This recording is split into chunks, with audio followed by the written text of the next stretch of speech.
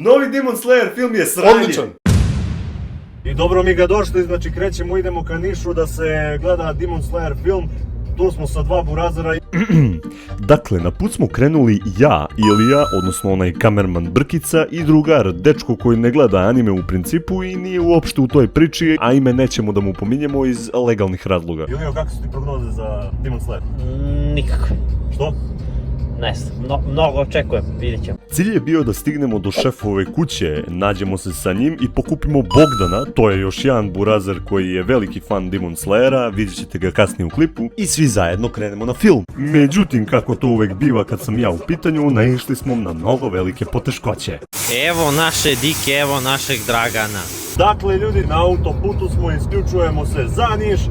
Krećemo ka bioskopu pa se mi javljamo odatle. Krenuli smo 3 sata ranije jer smo čuli da se dodeljuje neki poklon za onako najluđe fanove. Šta ti misliš da se nudi? Neka manga, 100%. Pošto smo na kraju ukapirali da kogod da nam je dao tu informaciju zajebo nas je žešće, morali smo u principu da se snađemo. I onda smo morali da ubijamo vreme. Svratili smo jedan eminentni lokal gde radi naš drugar kog takođe nećemo da pominjemo. Odlučili smo da udarimo neki turnir u pikadu, ovo ono, ali to je bila mnogo loša ideja. I tu sam pokazao moje gospodske veštine, onako bacanja strelice, stečene burgijanjem kamena i tako to. Ali nećemo sad o tome, druga stvar je posredi. Kada smo rešili da begamo iz lokala, otišli smo da jedemo nešto kod druga u stan i bili smo spremni da krenemo na film.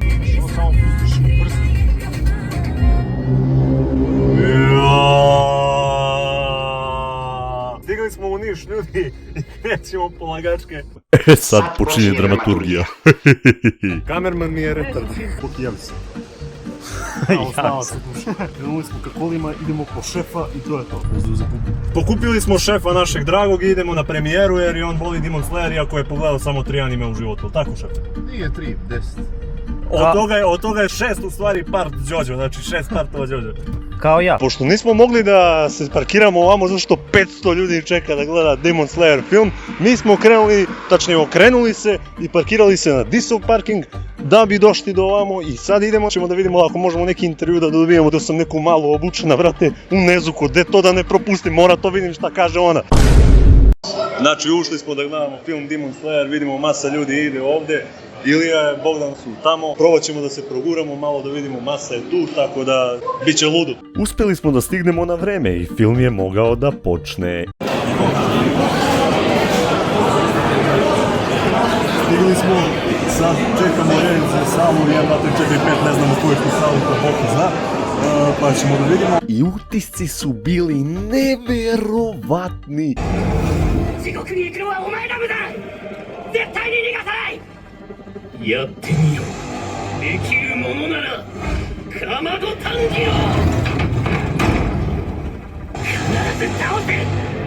Mislim, u početku su se neki debili svađali oko mesta, ali ajde, to se dešava u svakom bioskopu, tako da ono. Neko nam je na razglasu rekao da pogledamo ispod sedišta i da se tamo nalazi poklon koji sam malo pre pomenuo ako si slušao, a nadam se da jesi. Međutim, ispod moje klupe nalazio se prosipani namaz za čips i mislim ono, svako je dobio po nešto. Ono što je srećni dobitnik osvojio je poklon poster i mange, a svi koji su gledali film dobili su poklon piće.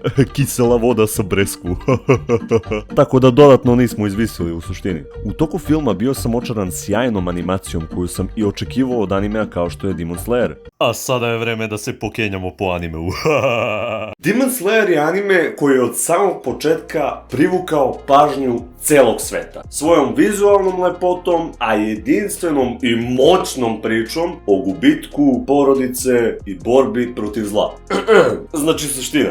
Kada je stigla vest o izbacivanju novog filma nakon Mugen Traina, očekivanja su bila ogromna i ja ljude ne mogu da krijem zbog toga. Publika je želela još jedan film u rangu Mugen Traina koji će da pomeri sve granice i oduševi čak i one koji dugo nisu pratili ovaj žanar. Međutim, Klasičan problem kod Demon Slayera. Demon Slayer nesumnjivo pruža spektakl, vizualni, zvučni, znači ti uživaš u tome dok gledaš. Međutim, imamo jedan ogroman problem. Struktura samog narativa je mnogo loše urađena. Konkretno, način na koji su ubačeni backstory likova, odnosno sekvence iz prošlosti, deluje neuredno i narušava dinamiku celog animea. Umjesto da napetost i akcija rastu prirodnim tokom, a da backstory i priča likova poveća tu tenziju, radnja staje i otvara se prostor za priču o nekom liku. E sad, to nije nužno loše, međutim, kada backstory traje po 20-30 minuta, tad imamo problem. To ubija dinamiku filma, ostavlja publiku u čudu.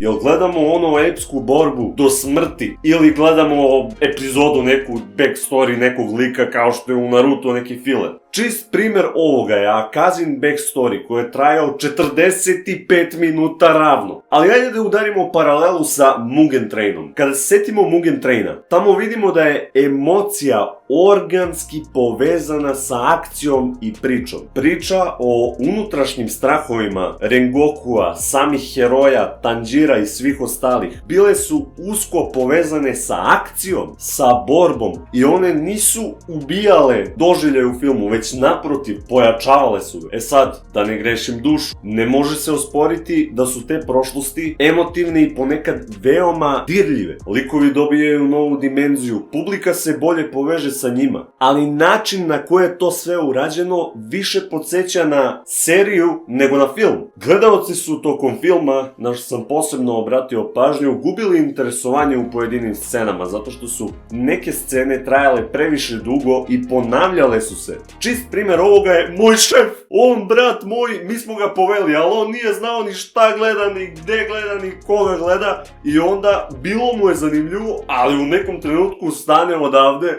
pa uzme telefon, pa snima, pa gleda ovako okolo i onda je prisutan manjak koncentracije. Vredi istaći da su animacija i muzika na samom vrhuncu. I to ne mogu da poreknem. Vidjeli smo anime spektakl u bioskopu. Boja je bilo svuda. Zvuk je bio oko mene. Čuli su ga svi, znači bilo je glasno, bilo je zajamano i bilo je prelepo. Međutim, kada vizualna perfekcija ne ide ruku pod ruku sa ritmom, onda dolazimo do mnogo velikog problema. Jer rezultat može delovati šuplje što ljudi poput mene primete. Upravo zbog toga ovaj film može poslužiti kao primjer kako balans u filmskom pripovedanju ima ključnu ulogu, a ne animacija i muzika. Prošlosti likova i povezivanje sa njima jeste važno, ali mora da bude uklopljeno dobro da ne bi imali prekid napetosti, već da bi pojačali radnju. Demon Slayer je franšiza koja zaslužuje najviši nivo narativnog kvaliteta. I nadamo se da će naredni projekti to i potvrditi. A sada zaključak. Demon Slayer je vizualno remek delo, međutim pati od narativne neusklađenosti. To ga čini vrednim gledanja, međutim daje nam i primjer kako veliki projekti mogu pasti pod težinom svojih sopstvenih ambicija. I da pomenem za kraj, sve je super bilo, osim mog druga Bogdana, kome smo na kraju dali da vozi moja kola, zato što ja imam probnu dozvolu i nisam mogao da vozim posle 11. Ja mu dam da vozi kola i on vozi kilometar i po s podignutu ručnu. Vozio s podignutu ručnu, ja ručnu zategnemo do patoša, kažeš nešto mi slabo vuče, jebot. A Fordaljka vuče bre ko oca Lukas. Lepi, zapalio si je. E sada hajde ja da kažem ponešto o ovom filmu. Da se ne bih ponavljao, neću ulaziti u detalje koje je kolega već prokomentarisao, ali neke stvari ipak bih volio da istaknem. Konstantno podlačenje retrospektive je ono što se meni zapravo svidelo. Možda pre svega zato što nikad do sad nisam odgledao niti jednu epizodu Demon Slayera i ovo je skroz novo iskustvo bilo za mene. Koncept samih retrospektiva je takav da je meni, koji nisam do sada ništa gledao, omogućio da ulovim pa manje više celokupnu strukturu tog main storija koji se protezao kroz film. Ono što sam odmah primetio kada je krenuo film su raskošne scene borbi koje su stvarno mene ostavile bez teksta. Nije se štedilo pri animiranju serije, to je svakako za pohvalu. Dijalozi i veći deo radnje je upravo tako poslužen da izazove kod gledaoca neku vrstu emocionalnog pražnjenja. To je dosta dobro zato što onda izaziva specifičan odnos prema samom delu koje se gleda i generalno dodaje neki dublji utisak o celokupnom filmu. Pohvalio bih pre svega vizualne efekte koji me zaista jesu kupili, no sam odabir numera koje bi pratilo određene scene, po mom mišljenju nije bio dovoljno adekvatan. Jednostavno, umelo je puno puta da me izbaci iz trenutka. Izazivalo je upravo suprotan efekat. Umjesto da se unesem još više u datu scenu, ja sam potpuno gubio interesovanje prema gledanju. Ono što sam primetio i što bih želeo da naglasim jeste integrisanje samih japanskih moralnih normi u strukturu priče. Japan je pravi primer istočnjačke kulture, bruke i časti. Što možemo upravo da vidimo u sceni kada se doduše prvi i posljednji put u ovom filmu Zenitsu i borio, kada on ističe da je Deka, jedan od bitnih likova u samoj priči, izvršio sebuku zato što nije mogao da podnese količinu sramote koje mu je priredio taj negativac. To zaista jeste vrlo nespecifično za naše poimanje moralnih normi i dužnosti, ali nešto što je tradicionalnom Japanu bilo zapravo vrlo svojstveno. Simpatičan mi je bio i trenutak kada je kroz metaforu o sreći prikazivana neka vrsta animacije zlata, tako da možda je autor suptilno hteo da nam predoči da je materijalni boljitak zapravo ono što čini sreću. Ono što je meni privuklo poprilično pažnje jeste upravo moment klasne borbe koji se prikazuje kroz Akazin backstory, kada on upravo prikazuje tu društvenu segregaciju koju pravi činjenica da li imate ili nemate novca. Vrlo je lako identifikovati se i poistovetiti se sa njegovom tužnom životnom pričom i zbog toga smatram da je vrlo dobro napisan. Ujedno po mom mišljenju je to i najjači deo samog filma. Posebno bih istakao da su mi se jako svidjele scene borbi u kojima vidimo čiste karate tehnike u svom punom sjaju. Zanimljivo šefe, zanimljivo, mada da vidimo šta kaže grupa na ovo. I uzgred, ako želite da pogledate punu verziju šta je naša grupa rekla o Demon Slayeru, pretplatite se za dodatan sadržaj na YouTubeu i TikToku. Ajde zdravo. Čekaj, ajde mi objasni šta, ne regeneriše i glavu sad, kako ti da ubiješ čovjeka? stručnjaka. Čekaj da ti kažem ja tebi. I onda, jedini način da on umre je da ga tokno džucuješ iz Naruta, brate. Ajde mi malo to pojasni. Sad ću ja ti pojasnim, Pojasni. evo ide mislim da samo objašnjenje. njih- Viši rangirani demoni su poređeni, jel te, po sili.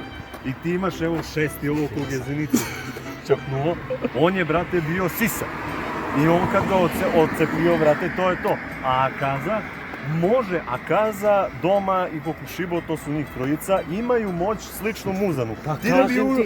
Ti da bi ubio Muzana, spoiler alert za ove, moraš da mu ubiješ 1001 deo u njemu i onda da ga izložiš suncu, jer ne možeš ni tako da ga ubiješ.